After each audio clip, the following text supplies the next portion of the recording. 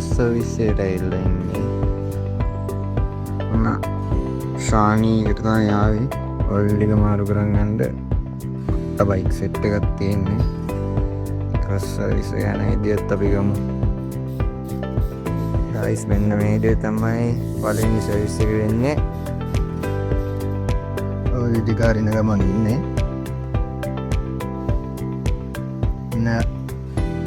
සම්ප්නට් දෙකම ගලවුවා.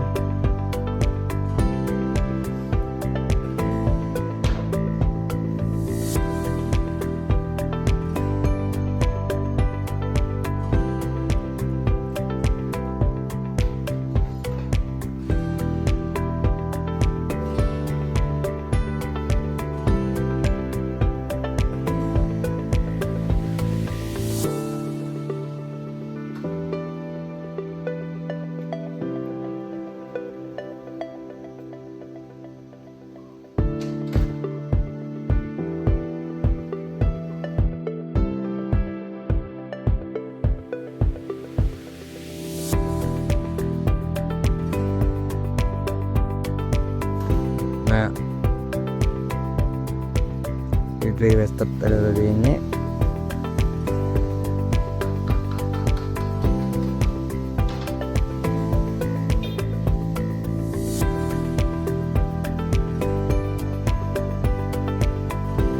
das 44 gitu ini lagi tiba juga.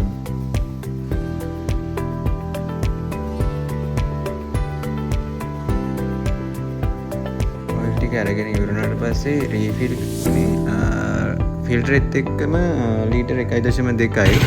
ඉතින් මේ C4 සීටින් එන්ජින් වලට අල්ලන්නේ ලීටර් 1.2යි ඩියුක් 250 වලට.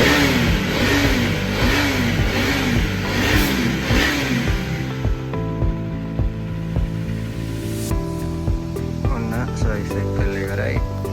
රිමයින්ඩර් එකක් ඩයින් කරා. එන්න තියෙන්නේ දෙවෙනි සර්විස් එකට කිලෝමීටර් 5000කින් ශානීගෙන් තමයි කරගත්තේ.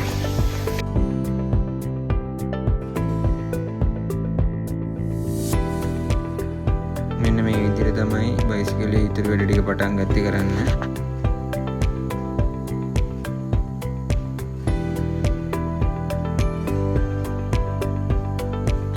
මේ ස්පොකට් එක පැත්ත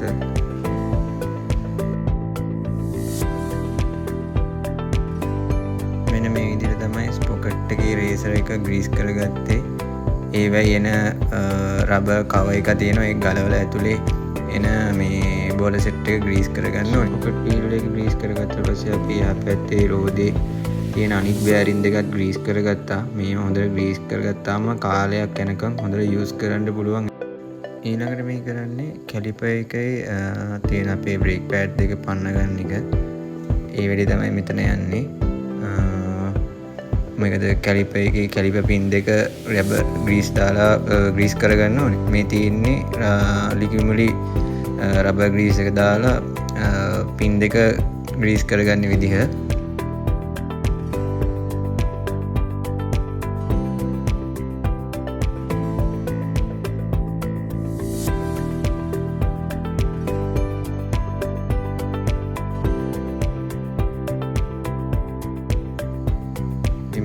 පිළිවෙලට මේ තියෙන ලිගිමිලි කැලිපර් ග්‍රීස් එක රබර් ග්‍රීස් එකක් තමයි මේක.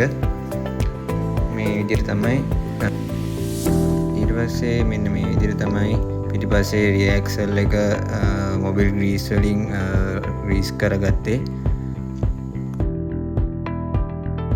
ඊළඟට අපි ගලවගත්තේ ෆ්‍රන්ට් බ්‍රේක් කැලිපර් එක. මේකෙදී කැලිපර් පින් කියලා එකක් එන්නේ නැහැ. මේක ෆ්ලෝටින් කැලිපර් එකක් ඉඳලා මේක හොඳට අපි ක්ලීන් කරගන්න එක තමයි කරන්නේ. බ්‍රේක් පෑඩ් උත් ගලවලා ෆේස් කරලා තමයි දාලා තියෙන්නේ. ඉතින් ඔයාලා දකින්න ඇති මේ බ්‍රේක් පෑඩ් සෙට් එකත් හොඳ කොපර් ගතියක් තියෙන එකක් එන්නේ. අපි හැමදේම මේ වගේ ක්ලීන් කරලා තමයි ගත්තේ කෙමිකල් යූස් කරලා.